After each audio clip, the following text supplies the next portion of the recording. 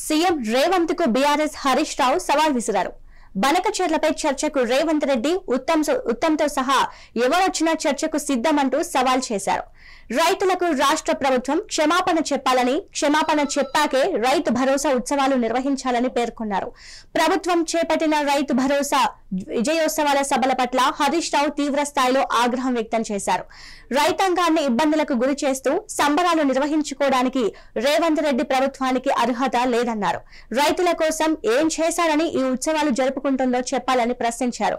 గత బీఆర్ఎస్ ప్రభుత్వ హయాంలో తాము రైతులకు అందించిన తోడ్పాటును హరీష్ రావు గుర్తు చేశారు. తాము అధికారంలో ఉన్నప్పుడు 11 దఫాలుగా రైతు బంధు పథకం కింద రైతుల ఖాతాల్లోకి నేరుగా 80,000 కోట్ల రూపాయలు జమ చేశామన్నారు.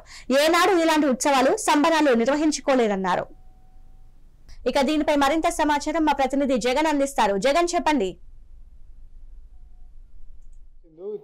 రాష్ట్ర ముఖ్యమంత్రి రేవంత్ రెడ్డికి మాజీ మంత్రి హరీష్ రావు సవాల్ విసిరారు. ఇక్కడ బనకచెర్ల విషయంపై ఎక్కడికైనా చర్చకు వస్తానంటూ తన మంత్రివర్గంలో ఎవరైనా మంత్రులైనా సరే తానైనా సరే చర్చకు సిద్ధమా అంటూ కూడా సవాల్ విసిరారు. అంటే ఏదైతే బనకచెర్ల వివాదం ఎప్పుడైతే స్టార్ట్ అయిందో అప్పటి నుంచి కూడా ఇటు బీఆర్ఎస్ కాంగ్రెస్కు మధ్య ఇటు ఈ ఏదైతే ప్రతి సవాళ్ళు కొనసాగుతున్నాయి. ముందు నుంచి కూడా బనకచెర్ల పాపం మీదంటూ రెండు పార్టీల నేతలు ఇద్దరు కూడా ఇటు ప్రభుత్వం ఇటు ప్రతిపక్షానికి సంబంధించినటువంటి ఆ బీఆర్ఎస్ నేతలు కూడా ఇటు ఇద్దరు విమర్శించుకుంటున్నటువంటి పరిస్థితి ఉంది. ఇద్దరు కూడా ఒకరిపై ఒకరు పాపం మీదంటూ వస్తున్నటువంటి పరిస్థితి కూడా ఉంది. ఎందుకంటే బనకచెర్ల ఇష్యూలో ఏదైతే ఇటు పూర్తిగా చంద్రబాబు చెప్పినట్టే ఇటు రేవంత్ వింటున్నాడు, చంద్రబాబుకు గురుదక్షిణ చెల్లించుకుంటున్నాడు, తెలంగాణ జలాల్ని ఫలంగా పెడుతున్నాడు, తెలంగాణ రైతాంగం యొక్క ప్రతిఫలాలను కూడా ఫలంగా పెడుతున్నాడు అంటూ ఇటు బీఆర్ఎస్కు సంబంధించిన నేతలు హరీష్ రావు కూడా ఇటు విమర్శించుకుంటూ వచ్చిన నేపథ్యంలో ఈరోజు ఏదైతే ఇటు రైతుల ఖాతాలో డబ్బులు జమ చేసిన విధంగా ఇటు దానికి సంబంధించి ఆ సంబరాలు ఏదైతే జరుపుకుంటున్నారో దానిపైన కూడా ఇటు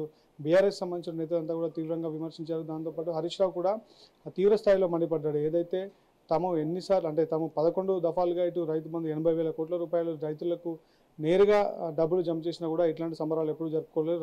రైతులను అనేక విధాలుగా ఇటు నీళ్లు అందించకుండా, అటు పంటను సరిగ్గా కొనకుండా, ఇటు రైతులకు సమయానికి రైతు బంధు ఇవ్వకుండా కేవలం ఎలక్షన్ల ముందే రైతు బంధులు ఇచ్చుకుంటూ అనేక విధాలుగా రైతులను ఇబ్బంది పెట్టేటువంటి వీళ్ళు ఇటు మీరు ఆ రైతులకు ఏదైతే విజయోత్సవాలు ఏదైతే సంబరాలు జరుపుకోవడం సిగ్గుచేటు అంటూ కూడా ఇటు విమర్శించారు. దాంతోపాటు బనకచెర్ల విషయంలో పర్టికులర్గా ఈ బనకచెర్లకు సంబంధించినటువంటి ఏ ఒక్క విషయం కూడా మీకు తెలియదు, బనకచెర్ల ప్రాజెక్టుకు సంబంధించిన విషయాలు తెలియదు, బనకచెర్ల ఏ బేసిన్లో ఉందో తెలియదు, అసలు గోదావరి పరివాహక ప్రాంతం ఎంతో తెలియదు, కృష్ణా పరివాహక ప్రాంతం ఎంతో, రాష్ట్రంలో ఏ ప్రాజెక్టుకి ఎక్కడి నుండి నీళ్ళు వస్తాయో అన్నటువంటి కనీస నాలెడ్జ్ కూడా లేని వ్యక్తులు ఇటు కాంగ్రెస్ సంబంధించినటువంటి వ్యక్తులని దీనికి బహిరంగ చర్చకు కూడా తాను సిద్ధమంటూ కూడా హరీష్ రావు సవాల్ విసిరారు. దీని గతంలో కూడా ఇటు బీఆర్ఎస్ సంబంధించిన నేతలు కూడా నిన్న దాసోజు శ్రవణ్ కూడా ఇదే విషయంపై కూడా ఎక్కడికి చర్చకు రావడానికి బీఆర్ఎస్ సంబంధించిన అందరు నేతలు సిద్ధమంటూ కూడా కాంగ్రెస్ నేతలకు సవాల్ విసిరారు. ఈరోజు బహిరంగంగానే ఇటు దానికి సంబంధించి కూడా హరీష్ రావు